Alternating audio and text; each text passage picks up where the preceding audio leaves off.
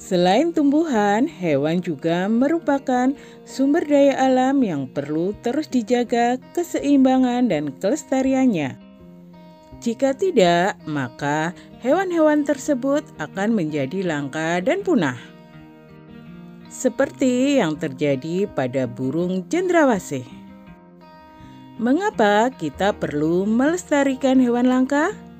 Ayo, kita cari tahu lebih lanjut. Assalamualaikum warahmatullahi wabarakatuh dan salam sejahtera. Hai anak-anak hebat, selamat datang di MI Al-Kusnania Channel bersama Bu Julaika. Anak-anak, Indonesia memiliki beragam hewan yang tersebar di setiap pulau. Meski beragam, ternyata banyak hewan yang langka loh.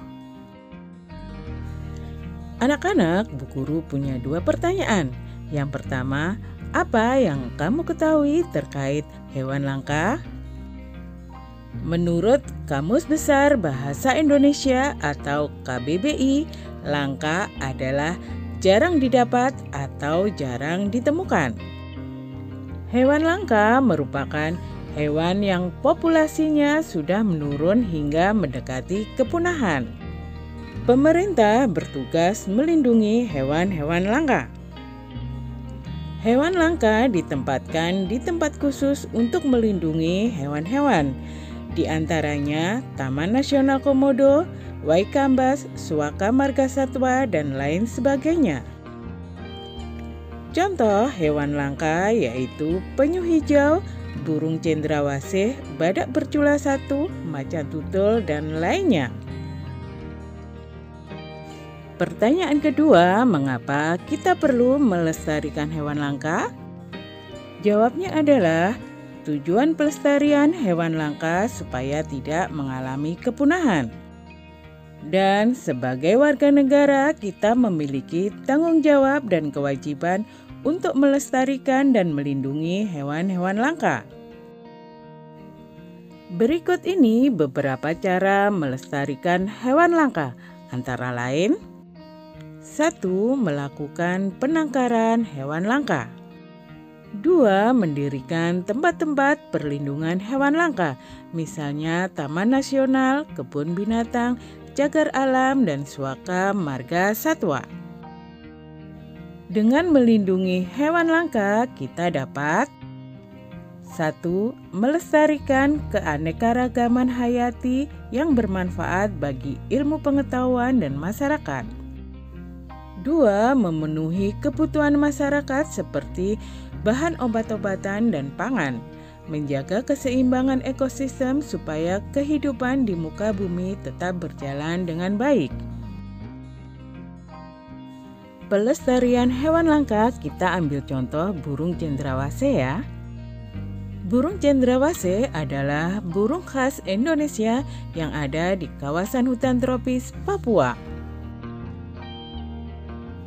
Sehingga burung cendrawasih dikelompokkan dalam satwa endemik.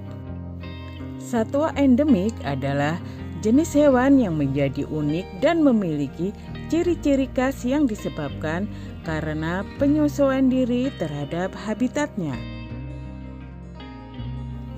Nah, burung cendrawasih ini termasuk burung bermarga Paradisea, maka disebut juga sebagai burung surga. Warna bulu cendrawasih yang mencolok biasanya merupakan kombinasi beberapa warna seperti hitam, coklat, oranye, kuning, putih, biru, merah, hijau, dan ungu. Burung cendrawasih saat ini termasuk hewan langka sehingga harus dilindungi. Hanya boleh dipelihara oleh pemerintah di tempat konservasi. Yang dimaksud tempat konservasi adalah tempat yang dilindungi ya. Hal ini dilakukan untuk tujuan pendidikan, pengetahuan, dan wisata. Nah, sekarang kita belajar tentang karakteristik dan pemanfaatan sumber daya alam berupa hewan. Hewan merupakan sumber daya alam yang dapat dimanfaatkan manusia. Hewan memiliki tempat tinggal. Ada hewan yang tinggal di darat dan ada hewan yang tinggal di perairan. Berikut ciri-ciri tempat tinggal hewan. 1. Karakteristik hewan yang hidup di darat. Hewan darat adalah hewan yang hidup dan bertempat tinggal di darat. Hewan yang tinggal di darat mempunyai dua jenis. 1. Hewan yang hidup di lingkungan kita, yaitu hewan yang dipelihara karena suatu keperluan. Contohnya ayam, kambing, bebek, dan lain-lain diambil telur, daging, kulit, dan lain-lain. Sedangkan kucing, anjing, kelinci menjadi hewan peliharaan.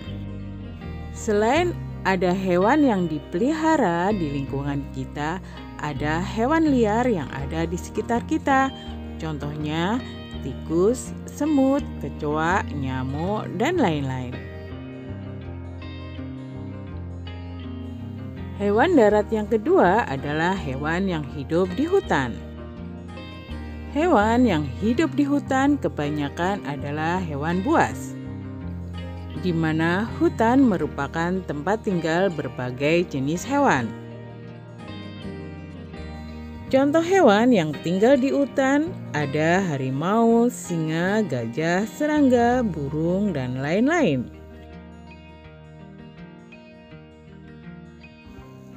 Di dalam hutan ada hewan buas dan ada hewan lemah. Ada yang memangsa dan ada yang dimangsa.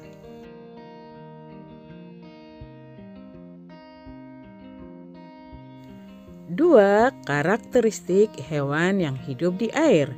Hewan yang hidup di air umumnya hewan yang sering kita makan, seperti udang, ikan, belut, dan lain-lain. Hewan yang hidup di air atau hewan air dikelompokkan menjadi dua, yaitu hewan air tawar dan hewan air laut.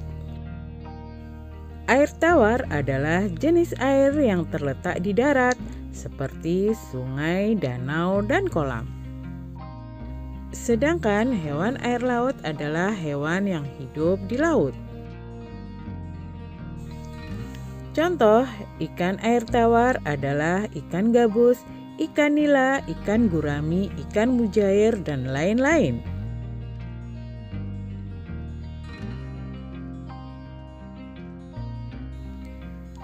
Sedangkan contoh ikan air laut antara lain ikan dorang, ikan salmon, ikan tuna, ikan bawal, dan lain-lain.